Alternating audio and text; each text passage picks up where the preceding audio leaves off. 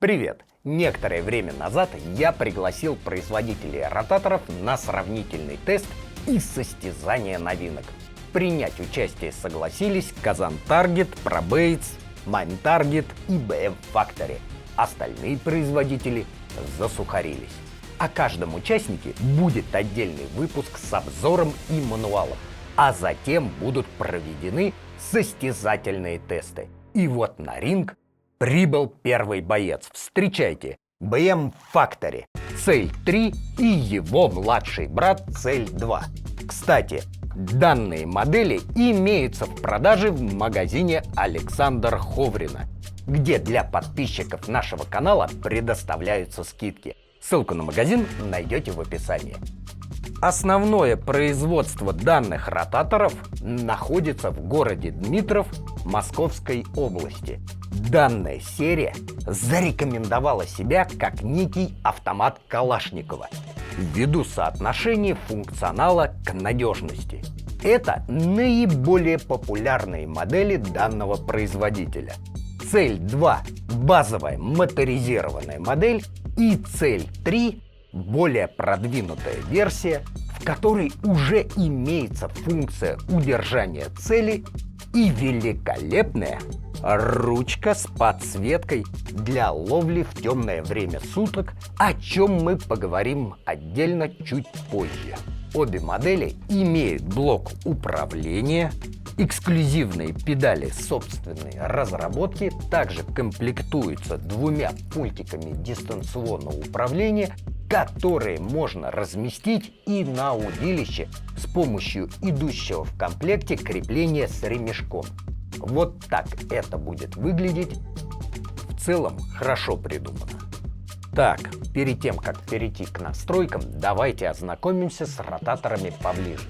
Изучив инструкцию от ротаторов, которая оказалась весьма скудной, я обнаружил отсутствие возможности самостоятельной привязки беспроводных пультов, что имеется в опции большинства производителей. Это не так, чтобы и хорошо, так как обычно пульт от электромотора и от ротатора я ношу на шее.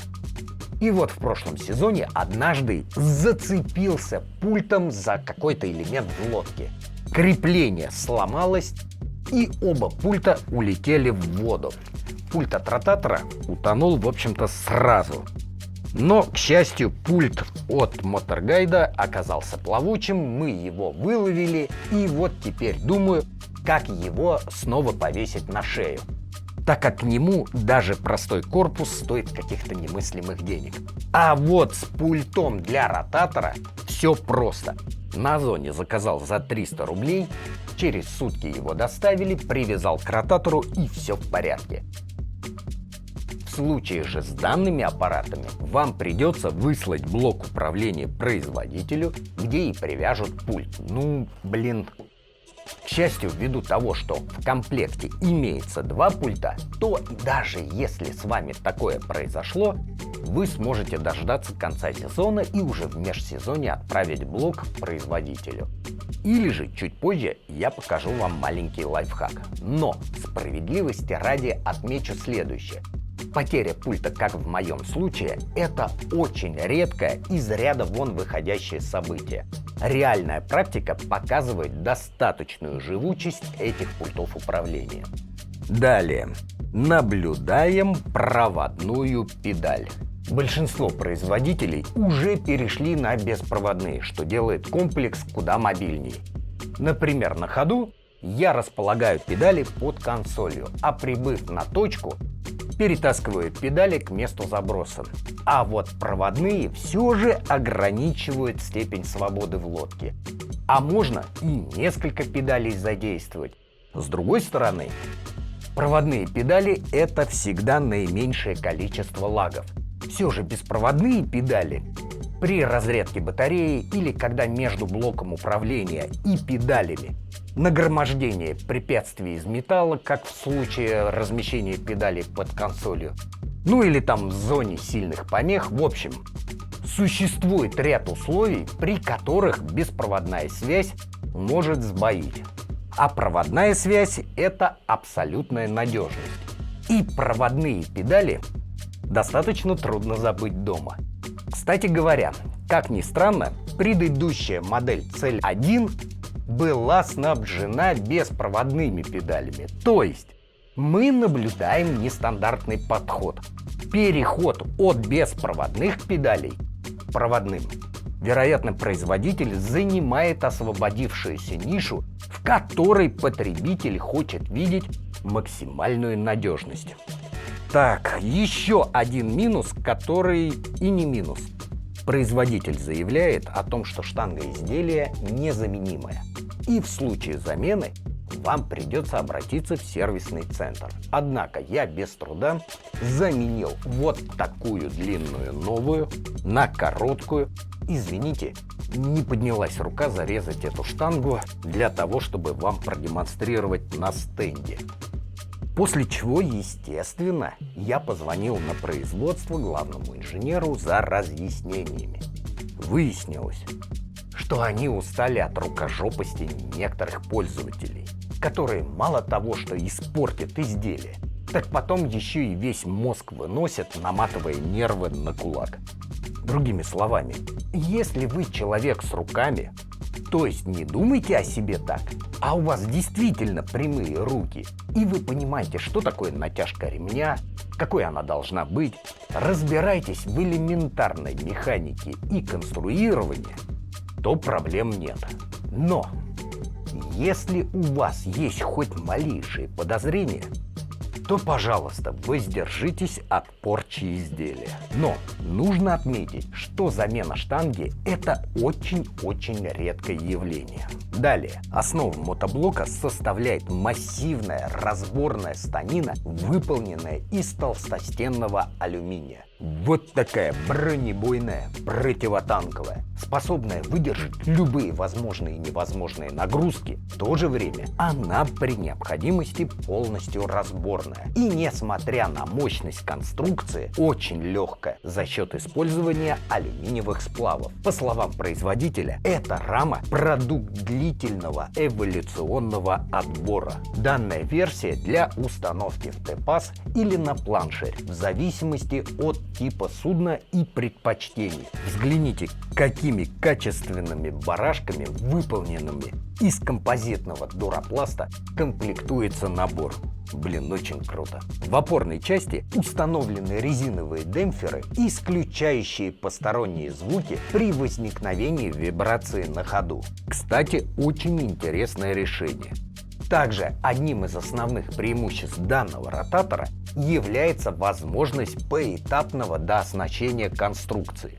То есть, предположим, у вас на данный момент нету средства на покупку моторизированного ротатора с удержанием цели. Или вы не успеваете собрать необходимую сумму к началу сезона. Не беда, вы приобретаете ручной, а позже докупаете к нему мотоблок с педалями и дистанционным управлением, с удержанием целей или без на выбор. В целом, очень интересная концепция. Если не ошибаюсь, такого ни у кого пока нет. Далее. Герметичный моторный отсек, в котором расположен шаговый моторчик с планетарным редуктором. В совокупности с ременчатой передачей, которая тоже имеет какое-то редукционное передаточное число, получаем максимальную плавность хода и вместе с тем минимальное энергопотребление в своем классе, что отлично подходит для лодок ПВХ, где выверяется каждый грамм снаряжения, в том числе батареи. Также плюсом можно считать вот эти резьбовые фиксаторы с предохранительными шайбами, выполненными из полиацеталя. Суть в том, что когда вы ставите ротатор в боевое положение, винтом устанавливаем максимальную нагрузку, при достижении которой за счет скольжения полиацеталя энергия нагрузки поглощается складыванием механизма. Но контролируйте и проверяйте затяжку механизма. Не переусердствуйте. И на всякий случай предупреждаю. Ни в коем случае не снимайте шайбу из полиацеталя. Иначе механизм защиты работать не будет. И еще важный момент. Данный комплект собран для установки на правый борт. В случае монтажа на левый борт потребуется выкрутить 6 резьбовых соединений и зеркально перевернуть направляющее перо. И тут снова лично я в конструкции вижу минус, так как отсутствует предусмотренность универсального монтажа. Также, если волной, ветром или при маневрировании задним ходом вы натыкаетесь на препятствие датчиком, например, на корягу или на мель, или на техногенный объект, то из-за отсутствия зеркальности направляющего пера в лучшем случае вы потеряете штангу, которую изогнет колесом. В худшем случае повредит датчик или даже лодку. Вывернет ТПАС, повредит планшер, ну и так далее. Получается, с одной стороны, мы имеем максимально прочную конструкцию и даже с аварийным механизмом. С другой стороны, предохранительный механизм работает лишь в одну сторону. Кроме того, если нужно разместить ротатор на левый борт у самой кормы, так часто монтируют на лодках с румпельным управлением, то получается, что либо придется складывать ротатор за пределы кормы, либо рисковать, лишаясь предохранительного механизма. Тут конструкторы что-то не продумали. Хотя я описал очень редкие случаи, все же повышенное внимание и учитывая всех возможных аспектов и нюансов никому не повредит. Зато из плюсов у данного ротатора имеется ставший популярный в последнее время еще один механизм защиты – маятниковый по оси Z. Если вы случайно забыли поднять ротатор и вышли на глиз, а это случается не только с ротаторами, но даже с GPS-якорями. Я сам пару раз забывал и однажды даже чуть не причалил к песчаному берегу. Хорошо, что тетя Лена заметила и спасла от катастрофы наш якорь. Так вот, если вы выйдете на глиз с неподнятым ротатором, вероятнее всего штангу ротатора выкинет из воды на маятниковом механизме. Только ни в коем случае не снимайте шайбу скольжения, выполненную из полиацеталя. В противном случае механизм защиты работать не будет. Теперь давайте посмотрим на блок управления. Это достаточно массивная коробка и, как на мой взгляд, в 2025 году уже является атовизмом. Почти все ведущие производители ротаторов в этом году окончательно перешли на безблоковые конструкции. А учитывая, что данная серия собрана на базе вот такого маленького экономичного моторчика, то сам Бог велел сделать компактную конструкцию. То есть плата управления на базе процессора STM или ESP, вот такого маленького драйвера, например, TMC2209 с управлением по UART будет вполне достаточно. И, значит, платка акселерометра с гироскопом. Или собственная напайка с обвязкой, в общем, не имеет значения. Также крошечная плата питания. Все это можно выполнить как сборкой, так и единой платой. И в том и в другом случае занимаемое пространство будет меньше объема спичечного коробка. И либо добавить к моторному отсеку 10-20 мм высоты, либо вообще разместить сборку между гранями моторчика и внешней обоймой мотоблока.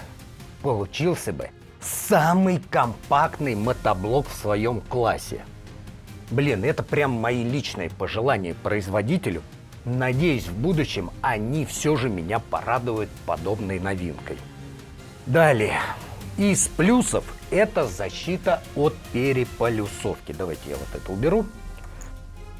То есть, если вы по запарке на жаре, утомленные рыбалкой, качкой и вот этим вот всем, вдруг при переключении питания с одной батареи на другой перепутаете полярность, то ничего не произойдет. Прибор не сгорит. И это, как по мне, достаточно жирный плюс. Бывали случаи. Теперь обратим внимание на рукоятки целеуказателей. Обе великолепны, каждая по-своему. Это имеет неопреновое пористое покрытие, которое отлично подходит в холодный период года. Когда, например, поздней осенью идет ледяной дождь и от холода сводят пальцы, Но с такой ручкой вам это не грозит. Также вы можете заказать прибор с рукоятью, которая великолепна, особенно в темное время суток, так как снабжена органичной подсветкой с автономным питанием. Потрясающе! Такой мягкой подсветки направления, от которой не устают глаза, пока ни у кого нет. И, конечно, она влагозащитная. А батареи питания ручки хватает на 7 суток беспрерывной работы. Однако, у меня есть замечание даже к ручке. Точнее, к ее элементу питания. Дело в том, что он не распространенный, не популярный. А как мне кажется, в объем вот этой ручки легко поместились бы 2, а то и даже 4 батарейки АА. На крайний случай элемент питания типа крона. Да, работало бы не столь продолжительно. Зато подобные элементы питания можно купить в любом сельском магазине. А тут, если вы вовремя не закупились, в общем, не считая этого минуса, все равно ручка просто очень классная. Также следует отметить, что ротатор изначально из коробки комплектуется кронштейнами крепления датчика Panoptix или Active Target, что необходимо уточнить при заказе, чтобы в комплект положили необходимый вам. Это прям хороший плюс, да? Итак, с механизмом мы ознакомились, рассмотрели его слабые и сильные стороны, переходим к мануалу. В коробке поставки вы обнаружите блок управления, из которого исходят 3 кабеля. Также педали, 2 пультика дистанционного управления и крепление ротатора. Значит, также будет гарантийный талон и инструкция. Такая вот скудненькая, бедная, без картинок. Ладно. Если у вас комплект с удержанием, например, цель 3, то следует обратить внимание на крышку блока управления, на которой указано, что данный блок необходимо жестко закрепить на лодке крышкой вверх. Не нужно бояться перепутать кабеля, так как разъемы имеют различное количество пинов. Теперь подключаем педали. Подключаем мотоблок ротатора. Так, и... Да что такое? Ага. Теперь подключаем клеммы аккумуляторной батареи. Кстати, кабель питания имеет предустановленную кнопку включения с завода, что очень хорошо. И, кстати, она достаточно качественная. Итак, внимание!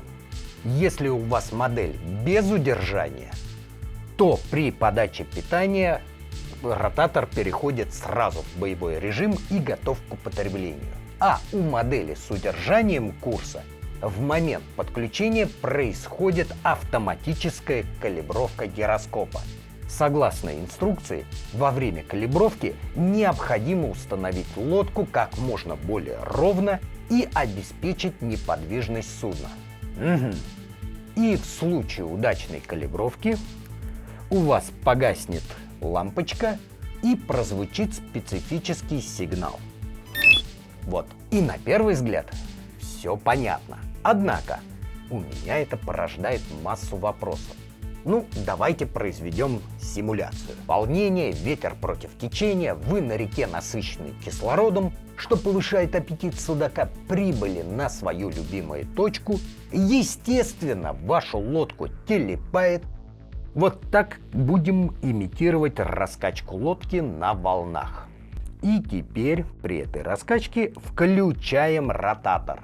И пока продолжается качка, аппарат не может провести калибровку или выдать сигнал о неудачной и вернуться к сохраненным настройкам. То есть при этом всем он не откликается ни на какие элементы управления и работает исключительно в ручном режиме, как будто он даже не моторизированный. Но стоит лодке на 5 секунд устаканиться, произойдет автокалибровка. Я вообще-то немного шокирован таким решением. Сделал запрос производителю, на что получил ответ о том, что калибровать необходимо перед слипом лодки. Угу. То есть, если вам предстоит длительный переход в несколько десятков километров до точки лова, все это время ротатор будет включен. В общем, я немножечко растерян вот от этого всего. Но это все теоретические измышления. Я навел справки о статистике обращений по рекламациям в магазине Александр Ховрина. И оказалось, что обращений по данному поводу ни разу не было. Да и вообще за все время продаж было всего лишь одно обращение. Что-то там не срослось с электрикой, в общем, какой-то вот единичный случай брака. А это нам все говорит о том, что аппарат действительно надежен и устраивает своего потребителя. Поэтому тесты на воде расставят все по своим местам. Далее, после того, как произошла калибровка, приступаем к эксплуатации. Клавишами А и Б пульта управления и соответствующими клавишами-педалями управляем вращением ротатора вправо или влево. На педалях мы видим ручку переменного резистора, вращение которого устанавливает скорость работы ротатора. Размещение потенциометра под ногами, на мой взгляд, спорное решение. Может быть, я, конечно, слишком стар, но всякий раз глубоко наклоняться в тесные лодки для того, чтобы что-то отрегулировать, не так, чтобы и удобно. И, как мне кажется, можно вывести из строя, наступив сапогом. Но вроде бы таких жалоб не поступало. Далее. Для включения режима автосканирования необходимо либо одновременно нажать на педали или на клавишу C пульта дистанционного управления. Вот так. Ротатор начнет рыскать по 80 градусов вправо и влево от центральной точки начального положения. То есть будет описывать полукруг в 160 градусов. Но во время сканирования вы не сможете подстроить скорость потенциометром. Для того, чтобы изменить скорость, вам потребуется сначала остановить ротатор, отрегулировать резистором скорость, затем найти центральное положение старта автосканирования и запустить сканирование вновь. На мой взгляд, слишком сложноватая вся эта процедура, не так чтобы и удобно, но допустимо. И, наконец, одна из самых полезных функций, давайте его остановим, удержание цели. Очень необходимая вещь при работе без наводчика, без напарника, в одиночку, особенно на лодках с фиш-платформой. Для тех, кто не в курсе, объясню суть технологии. При установке лодки на якорь, независимо от типа якоря, лодку начинает вращать либо течением, либо ветром. Кроме случаев использования более одного якоря, когда лодку ставят на так называемую растяжку как можно более статично. Но это не совсем наш случай. Лучше давайте сымитируем работу прибора, исходя из того, что мы о нем узнали. У нас алюминиевая лодка с GPS-якорем, ротатор BM Factory и Panoptix. Включаем ротатор. Через 5 секунд произойдет калибровка. Теперь направляем ручку ротатора, например, вдоль оси судна.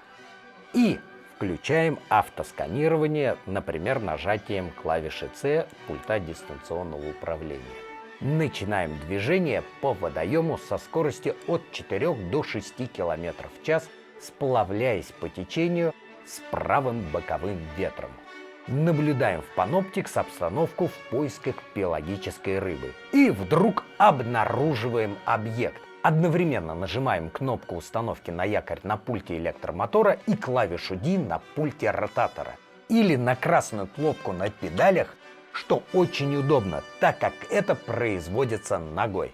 В этот момент лодку начинает разворачивать по часовой стрелке относительно якоря. Но ротатор продолжает удерживать направление, где был обнаружен объект. Даже если рыба, попавшая в поле зрения паноптикса, будет двигаться, у вас есть возможность подруливать ротатором с помощью педалей или пульта, закрепленного на удилище, и рукоять становится целеуказателем направления заброса. Отличная технология, хотя всегда найдутся те, кто будет утверждать, что Земля плоская, а прогресс — это зло. Подытожим. В целом аппарат интересный, а исходя из статистики, очень и очень надежен. Имеет максимальное возможное количество аксессуаров и доп. Опций платформы. И предполагает практически любой монтаж на любую поверхность любого судна. Данный производитель предоставляет уникальную возможность дооснащения ротатора. Такой фичи нет ни у одного его прямого конкурента. То есть можно приобрести базовую ручную модель, а позже дооснастить до моторизированной версии, например, с удержанием цели. Ротатор максимально прост в освоении, и несмотря на некоторые минусы, на момент съемки этого материала считается одним из самых доступных. А теперь, когда у экранов осталась только самая интеллектуальная часть зрителей, я поделюсь с вами парочкой лайфхаков, которые мне удалось обнаружить в ходе изучения данного ротатора. Давайте сломаем систему. И первый будет такой. Если по каким-то причинам вы хотите использовать ротатор без педалей, то аппарат будет работать и без них. Только у вас не будет, естественно, регулировки скорости. Остальное все работает.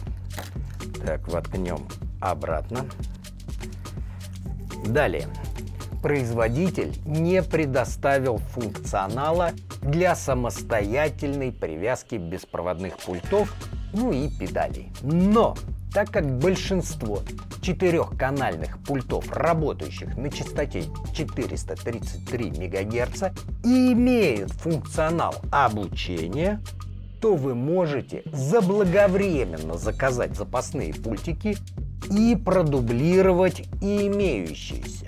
Учитывая, что стоимость таких пультиков копеечная, а доставка, например, на Озоне в течение суток, сделать себе резервные запасные никогда не помешает. Как обучать пульты, уточняйте в инструкции к пульту. А я напоминаю, что данные ротаторы вы всегда можете приобрести в магазине Александр Ховрина, где для подписчиков нашего канала действуют скидки. Поэтому подписываемся прямо сейчас, ставим лайк и помните, дядя Вова плохому не научит. Пока!